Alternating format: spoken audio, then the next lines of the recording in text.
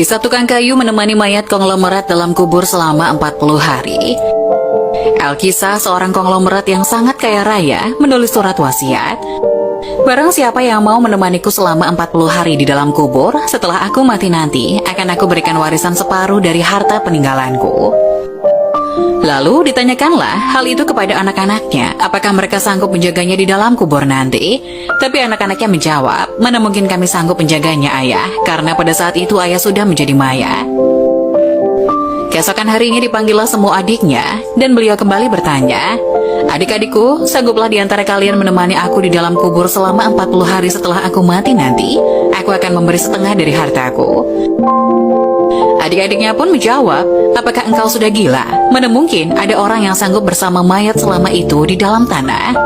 Lalu dengan sedih konglomerat tadi memanggil ajudannya untuk mengumumkan penawaran istimewanya itu ke seantero negeri.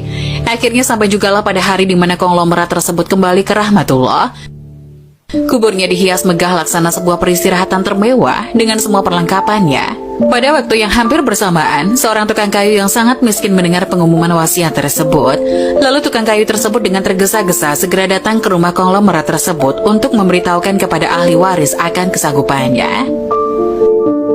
Keesokan harinya dikebumikanlah jenazah sang konglomerat. Si tukang kayu pun ikut turun ke dalam liang lahat sambil membawa kapaknya. Yang paling berharga dimiliki si tukang kayu hanya kapak untuk bekerja mencari nafkah. Setelah 7 langkah para pengantar jenazah meninggalkan area pemakaman, datanglah malaikat Mungkar dan Nakir ke dalam kubur tersebut. Si tukang kayu menyadari siapa yang datang. Ia segera agak menjauh dari mayat konglomerat. Di benaknya sudah tiba saatnya lah si konglomerat akan diinterogasi oleh malaikat Mungkar dan Nakir. Tapi yang terjadi malah sebaliknya. Malaikat Mungkar Nakir malah menuju ke arahnya dan bertanya, apa yang kau lakukan di sini? Aku menemani mayat ini selama 40 hari untuk mendapatkan setengah dari harta warisannya, jawab si tukang kayu. Apa saja harta yang kau miliki? Tanya Mungkar Nakir. Hartaku cuma kapak ini saja untuk mencari rezeki, jawab si tukang kayu. Kemudian Mungkar Nakir bertanya lagi, dari mana kau dapatkan kapakmu itu? Aku membelinya. Lalu pergilah Mungkar dan Nakir dari dalam kubur tersebut. Besok di hari kedua mereka datang lagi dan bertanya, apa saja yang kau lakukan dengan kapakmu? Aku menebang pohon untuk dijadikan kayu bakar, lalu aku jual ke pasar, jawabnya.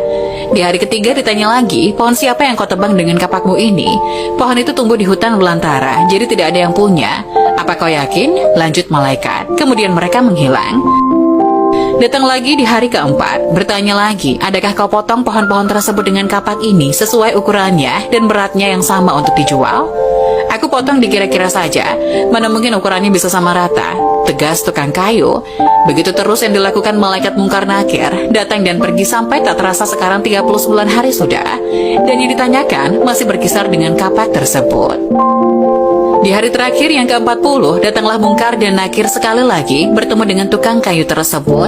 Berkata Mungkar dan Nakir, hari ini kami akan kembali bertanya soal kapakmu ini. Belum sempat Mungkar Nakir melanjutkan pertanyaannya, si tukang kayu tersebut segera melarikan diri ke atas dan membuka pintu kubur tersebut. Ternyata di luar sudah banyak orang yang menantikan kehadirannya untuk keluar dari kubur itu. Si tukang kayu dengan tergesa-gesa keluar dan lari meninggalkan mereka sambil berteriak, kalian ambil saja semua bagian harta warisan ini, karena aku sudah tidak menginginkannya lagi. Sesampai di rumah, si tukang kayu berkata pada istrinya, aku sudah tidak menginginkan separuh harta warisan dari mayat itu. Di dunia ini, harta yang kumiliki padahal cuma 1 kapak ini. Tapi malaikat Mungkar Nakir selama 40 hari yang mereka tanyakan dan persoalkan masih saja seputar kapak ini. Bagaimana jadinya kalau hartaku begitu banyak? Entah berapa lama dan bagaimana aku menjawabnya.